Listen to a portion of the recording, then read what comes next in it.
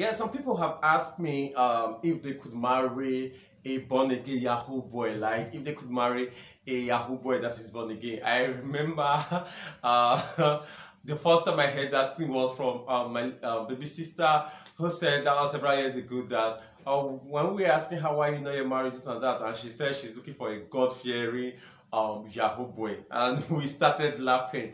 Well, I did not know that at that time that it was a trend that was out there that people were looking for, and people claimed that they were God-fearing and born-again Yahoo boys. Okay, so today I want to answer the question, if you could marry a born-again Yahoo boy. My name is El and I'm alright. Thank you so much for clicking on this link.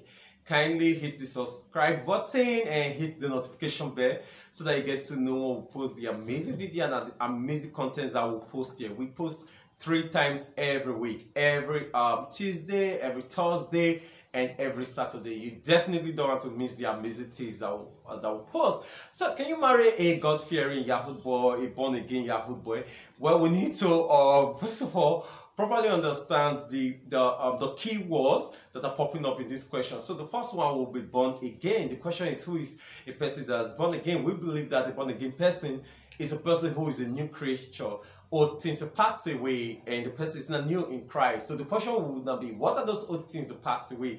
The old things that passed away are the sinful nature, the sinful behavior, the sinful characteristics, the sinful nature. So the new things is becomes the Spirit of God that is not inside of us. And we understand that the fruit of the Spirit is love, peace, joy, and all the amazing things listed in Galatians, including all the supporting things that we'll find all through the New Testament. So if we say somebody is born again, what we mean is that the person has given up his old nature, his sinful nature, his rebellious nature, and that person has accepted and has received the new nature in Christ Jesus, having Zoe, life as God has it. And the person now has chosen to function in the characteristics and the behaviors and mannerism of Christ. Right?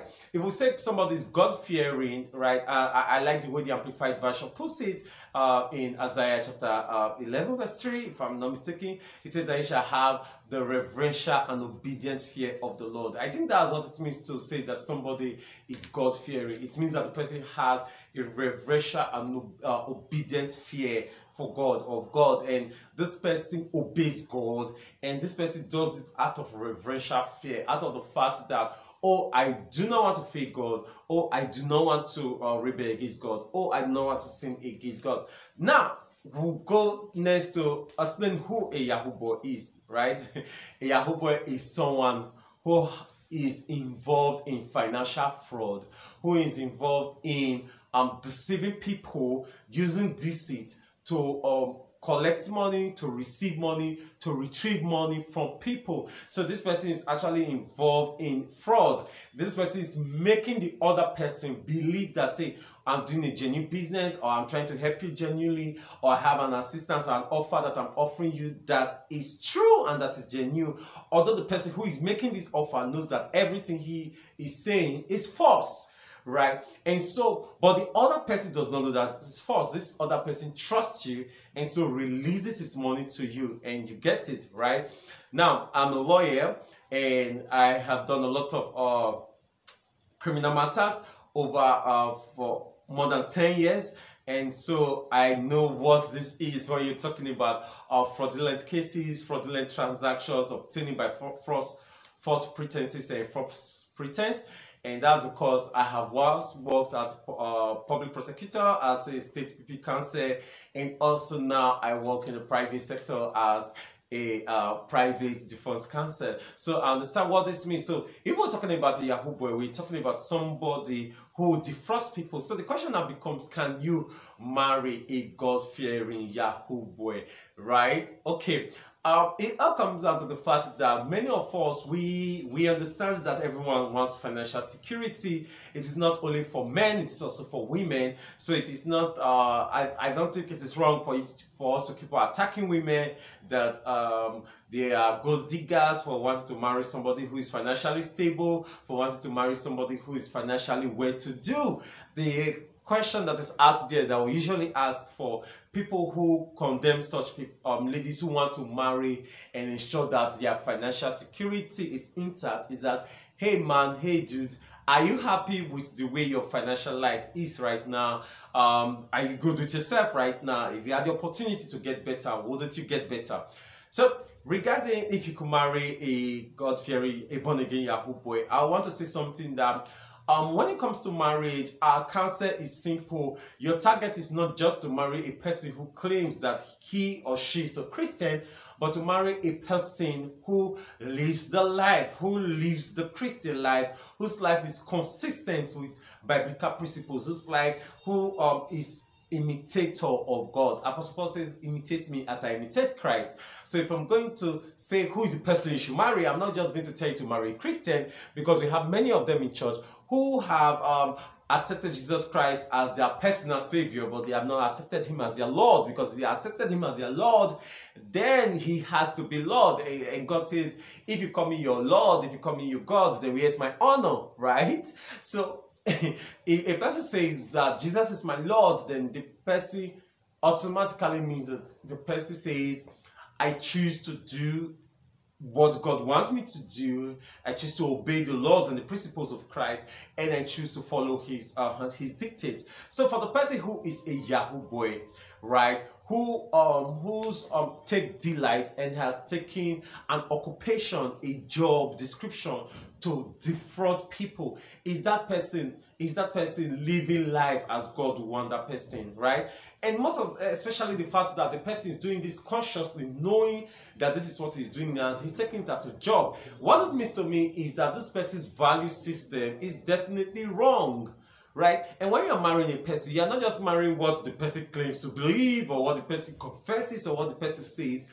You're marrying the person's value system. So what is this person's value system? Because at the end of the day, it is a value system that is going to determine what type of husband or what type of wife a person would be. So if somebody comes up to me and say, I want to marry so and so, usually I'm not going to ask what is the person's religion. I would like to ask what's the person's value system, what's the person's belief system, what are this person's core values, what's this person's moral life like. Because when they come back home, they are not going to be speaking in tongues and quoting scriptures all through when it comes home. They are going to be living life, and they are going to be living life as humans. So I want to know what their humanity is like.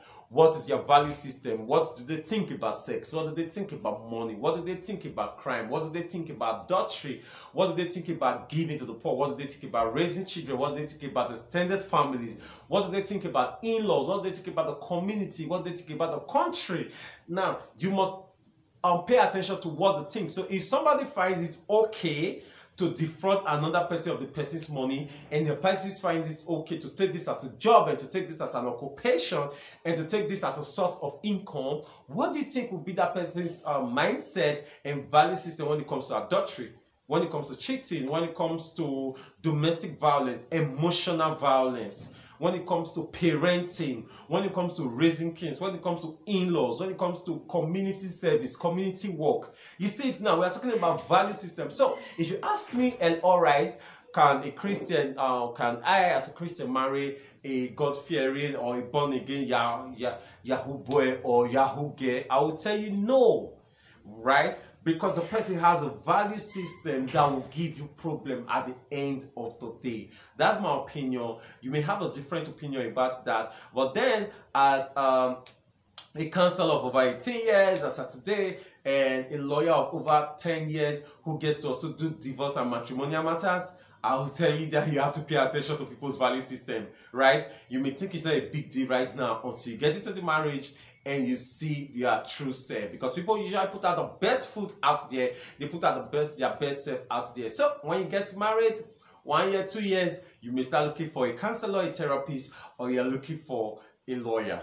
So please take my counsel right now. Do not marry somebody who just professes and confesses that he or she is a Christian. Marry a person whose lifestyle is consistent with that of Christ and consistent with the principles of scriptures. My name is Ellen. I'm alright. Thank you so much for following to the end. Kindly subscribe, hit the notification bell so that you get to know whenever we share amazing content, right? And share this with your friends so that they get to learn the same things that you're learning. And remember that if you contact us through any means in the description section, I will be the person that will respond to you. Thank you so much. You rock.